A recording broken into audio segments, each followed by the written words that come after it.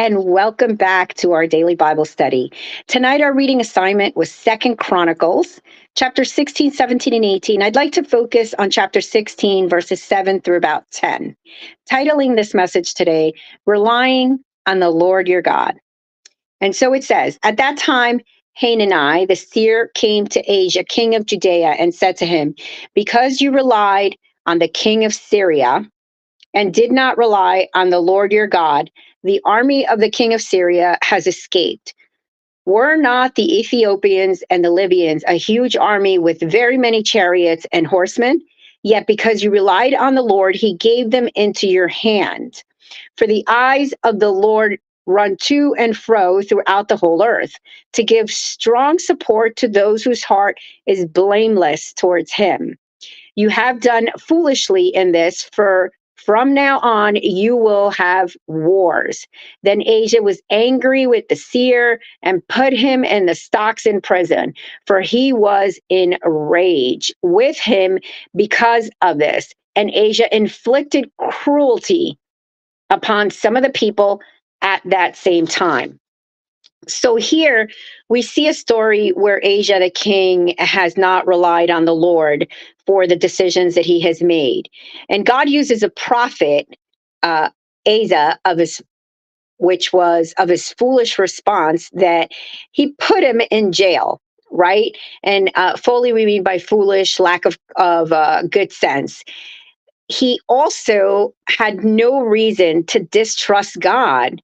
God had found it such a powerful helper for him through his time as a king.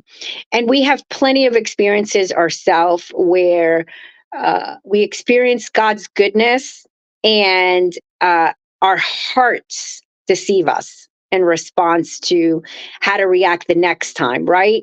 And Jeremiah 17, 9, 10, this is such an imperative passage because it tells us how deceitful our heart is.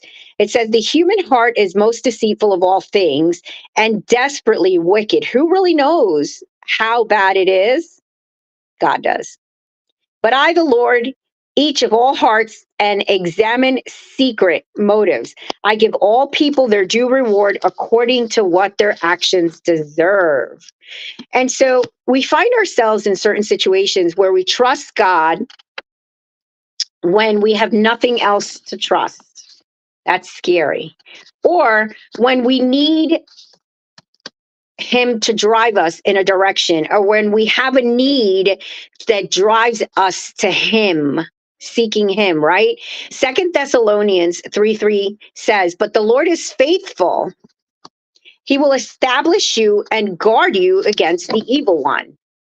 But too often in our own flesh, and when we have other things to rely on, we depend too much on them instead of God. There's lots of things in our lives we tend to turn to before we turn to God.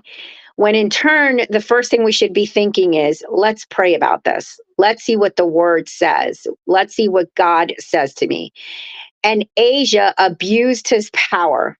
He persecuted God's prophet and sent him to prison. He also acted in very angry and a rageful way around the people around him. This was a sign of where his heart was.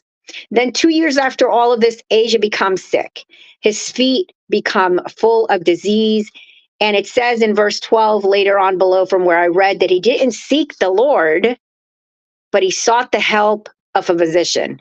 He trusted more the decision of physicians and expected more from them than he did of God. Yet another sin and foolish act of him. I'm not saying not to rely on your physicians. That's not what I'm saying. Don't hear me wrong. But to fully trust a physician and not be led by God or go to God for something that you are in need of, that's what we're talking about here. And so what's the life application? We encounter two things. First, we need to look at our heart. Jeremiah 17, 9 through 10 shows us how it is best to be careful because our hearts are most deceitful of all. And only God knows and sees our heart. And then you want to check diligently, after you check your motive and after you check your heart, are we aligned with God's decision through faith patience, and obedience. Are we aligned in all this? And so I want to give you back your Friday. I'm sorry I took a little bit more than usual, but just felt like the Lord had put this in my heart today. And I hope that this word was encouraging to you in a time where you may find yourself reaching for self reliance or reliance on other things other than God, but instead be led to rely on the Lord and to hear his voice. I want to give you back your Friday. I also want to remind you women's group has been canceled tomorrow. My mom hasn't been feeling very well, so we want to give her an extra day of rest.